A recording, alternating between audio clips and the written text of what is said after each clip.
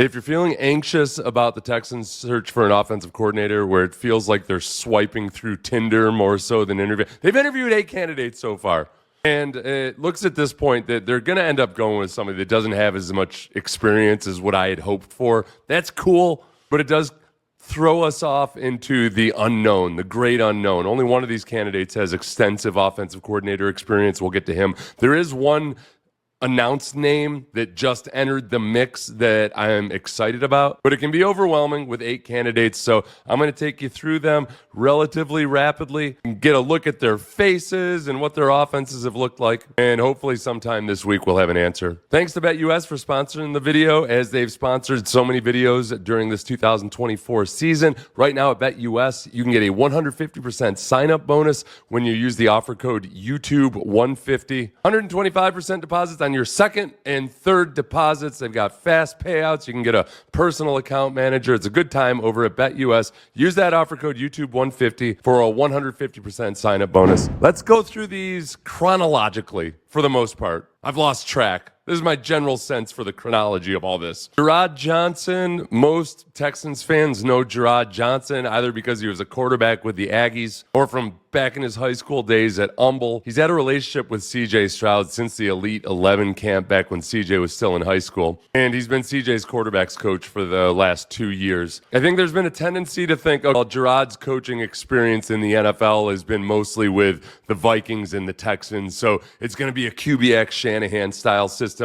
I think that's putting the cart to the head of the horse in a lot of ways. For one, because I think sometimes we overly generalize what the Kubiak Shanahan system is. All these coaches kind of diverge and do their own thing. But I think you also have to remember that Jerrod, as a younger guy and having played quarterback in college more recently, probably either has an inkling to or at least has more familiarity with some of the more QB-friendly things you can do when you bring some of the spread and RPO elements to an offense. He's got some limited experience as a play caller in preseason games, but you're going out on a limb here, as you are with any coaching hire ever, really, no matter how experienced they are. I think Jerrod's personal relationship with CJ and D'Amico and Nick's ability to see and watch how Jerrod has worked with not just CJ, but with the other skill positions is going to be the critical factor that you're just not privy to. It's just a matter of, can you coordinate the run game? Can you coordinate the pass game? And all of that.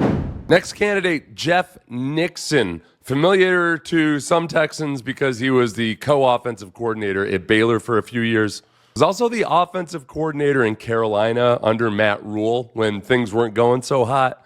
But as it is with a lot of these candidates, he's an offensive coordinator under an offensive-minded head coach, and you wonder just how much influence did he have on the offense? How much was it his offense?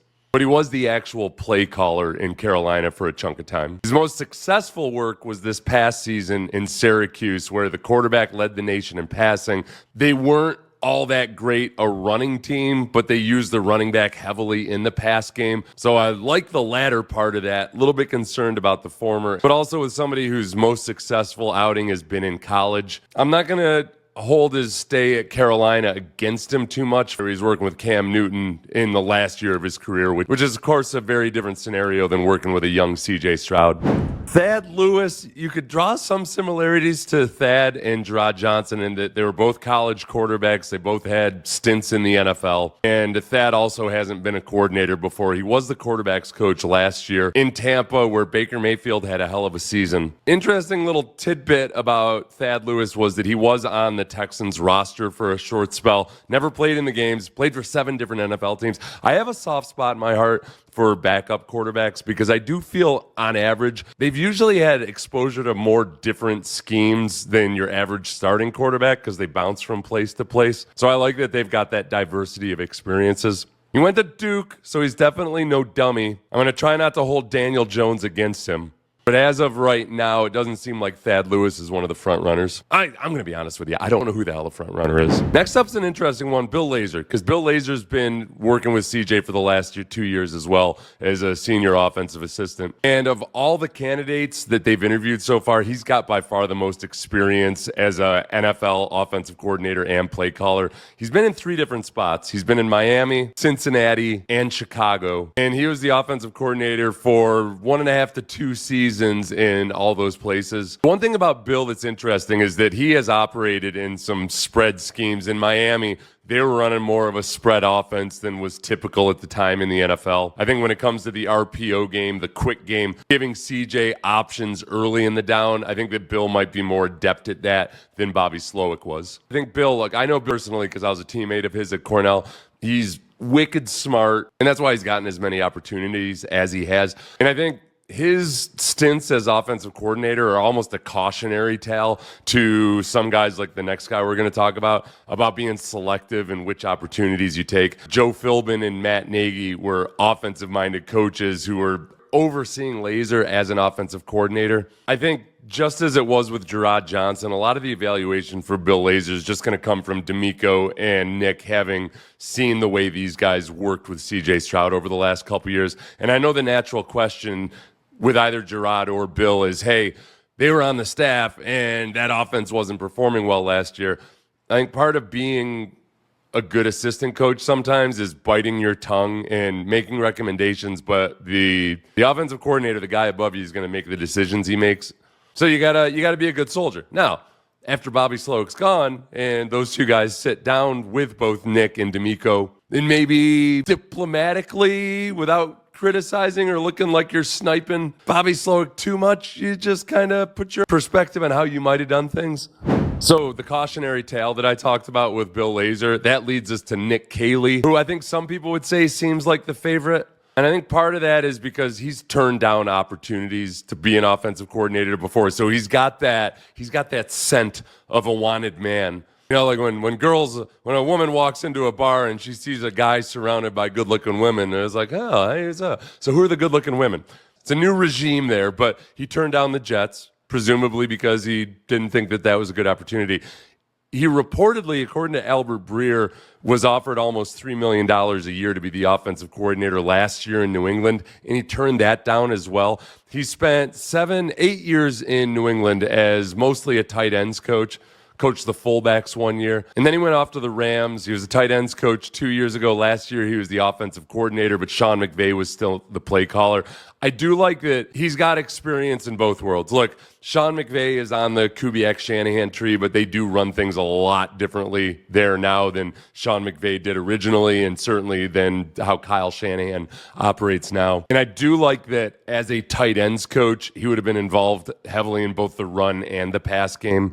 Brian Johnson, another guy who grew up in the Houston area, was an offensive coordinator a couple times in college, once at the University of Houston. Now, in the NFL, his 1 year as an offensive coordinator in the NFL was 2023 in Philadelphia, where it looked like Jalen Hurts stagnated. The offense just fell apart by the end of the season. There was a lot of frustration in Philadelphia that you could see visibly on the face of Jalen Hurts and Nick Sirianni, but Nick Sirianni always looks aggravated.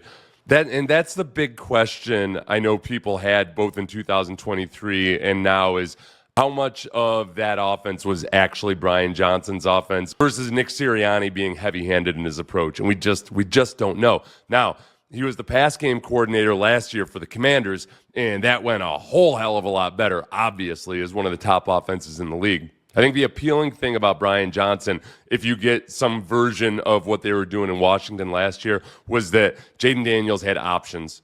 You got blitzed, they had hot routes. The quick game, immaculate. A lot of the things that we were just waiting to see this year and we never saw, you saw that in Washington this year.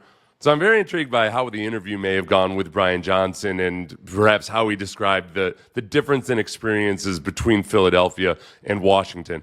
I would point out, too, that a guy named Saquon Barkley was in Philadelphia this past season. Maybe it would have looked a little bit different if Brian Johnson had Saquon Barkley. Grant Udinski, I'm actually recording this after I recorded everybody else because I forgot about the 28-year-old whiz kid that has been with Kevin O'Connell, and Kevin O'Connell gushes about him, says he's just advanced way beyond what you would expect him to be.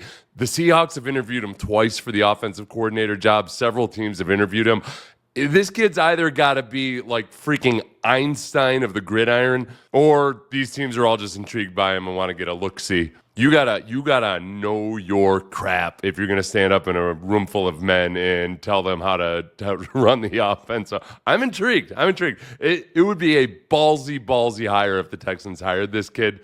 The final guy that Aaron Wilson just reported on yesterday was that Adam Stenavich, the offensive coordinator for the Packers, is going to interview for the Texans job. He's allowed to interview or potentially take the job because it's not a lateral move because he's not the play caller with the Packers. So that's something that immediately you look at and you say, okay, he's not a play caller, hasn't been in the NFL. The thing that's unique about him and that really intrigues me was that he was an offensive lineman in the NFL, and then he was an offensive line coach in the NFL before spending the last couple of years as the offensive coordinator.